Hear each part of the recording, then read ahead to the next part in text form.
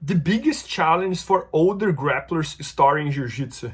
So guys, this is a question from a friend. So a friend of mine who never done jiu-jitsu before and is very interested in start. He actually did start. And he asked me this question. He was like, Bernardo, what are the biggest challenges for someone like me? He's 45 years old, who just want to start jiu-jitsu, and I'm seeing like how much jiu-jitsu is growing everywhere, all these celebrities doing. I read about it, I saw how cool is this, and I want to do it. So what are the biggest challenges about starting jiu-jitsu for me on my age? And that was a great question, and I think probably there are a lot of people like my friend over here watching this video, so I think this is gonna help a lot of you guys. But I think like the first thing is that when you were very young, when you were probably like 12, 13, 14, 20 years old, your body doesn't get hurt as much as when you are like 40, 50, something like that. So the first thing I would say is like, watch out for injuries. But then the next question is like, how do you watch out for injuries? So I would say like, don't rush up. Like, I think it's very common that someone starts jiu-jitsu and week one, they want to train like twice a day, every day, like they want to train every single day. And I don't think your body is not prepared for that. Like I would suggest like week one, train 2 or 3 times, like week 2, maybe you train 3 or 4 times. Then maybe week 3, you train 5 times. But even though when you are training, make sure you train on a gym that doesn't allow sparrings. Please don't do sparrings yet. I think this would be the biggest mistake. If you just started jiu-jitsu and you go do sparrings with someone, you don't know how your body works. You don't know how to move your body. You don't know how to fall really well. You don't understand jiu-jitsu. You don't know what's mounts. You might try to escape from mounts completely wrong. You don't know what's side control. So I would say like be very patient and make sure you start jiu-jitsu on a place that doesn't allow sparrings for the beginners, for who is just starting. So I think, so injuries, avoid sparrings. I would say like, even when it's time for you to start doing sparrings after like, I don't know, 3, 4, 5 months, try to be selective with who you're gonna train with. Like if you're 45 years old and you see this other kid who's 23 and he's also white belt, I would avoid going for him, like just because he also doesn't know how to use his body. He's way younger than you. He might be way stronger than you. He's going to come full force and you might get hurt.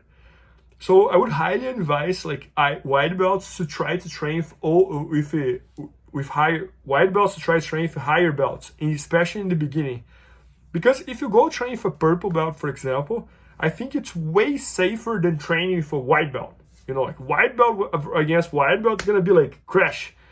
You versus a purple belt, he's going to pretty much control you and move you around, and it's not going to be as bad, like. So anyways, so just like going back here. So I think the number one thing that you should be concerned is injury. And then the number 2 is to make sure you train on a place that doesn't allow sparrings. Then the number 3 is when it's time for you to do sparrings, be selective with who you're going to train with. Avoid the very young white belt ones.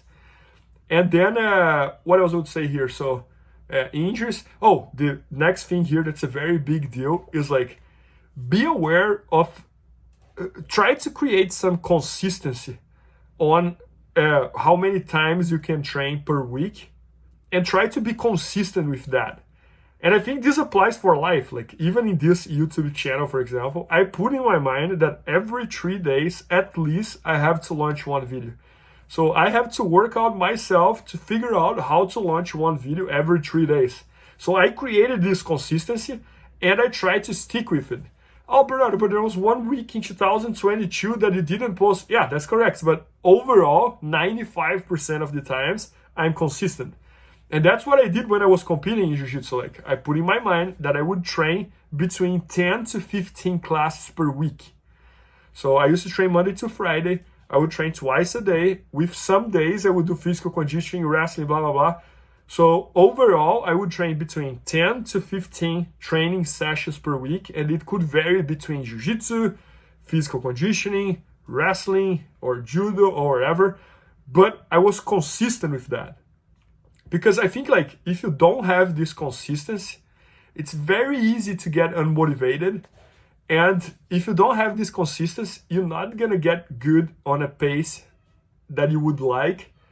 And you're gonna start getting frustrated because you're gonna be training jiu-jitsu for 5 months, but you stop at 3 weeks there. This week you just train once a week. And then that guy over there that started 1 month ago and is training every single day, he's gonna do better than you, and you're gonna start thinking like, is this thing for me? I don't know, should I keep doing, blah, blah, blah. And then on top of that, I would say like, try to join a school that has a very big schedule, because that's gonna help with your consistency. So for example, on our school here in Massachusetts, we have classes Monday, Wednesdays, and Fridays, 6 a.m. We have class every day, 12 p.m. We have class 6, 7, 8. We have classes on Saturday, classes on Sundays, and we open on holidays. So there's literally no excuse. Like, if you cannot train in one of those days, one of those times, at least twice a week, it's because you didn't create the consistency. It's because you didn't commit to something that you started. So I think that's important, because I see many jiu-jitsu schools that sometimes they only have classes at night. And what about if my schedule only allows me to train in the morning? What about if my schedule only allows me to train once a week during the week and once a week during the weekend, and there's no classes on the weekend? So I think like this is very important as well. So just summarizing everything here, I would be very careful with injuries. So the way I would be careful about that is selecting a good school that there's no sparrings, being careful with who I'm gonna roll with. If in this case, if you were 45 years old, I would avoid rolling with the guys who are very young and white belts. I would pick a school that has a very big schedule. I would create some consistency in training. So if you say that you're gonna train twice a week, stick with twice a week. If you say you're gonna train 3 times per week, stick with 3 times per week. And don't need to drive yourself crazy. Like, don't tell yourself that you're gonna train 5 times a week if you know you can't. Might be better to say that you're gonna train 2 times per week, but be consistent on those 2 times per week.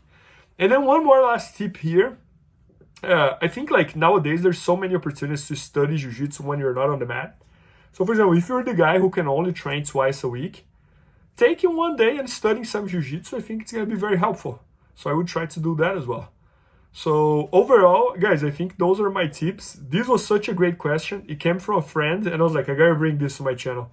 And I hope that helps you guys as much as I hope it helped him.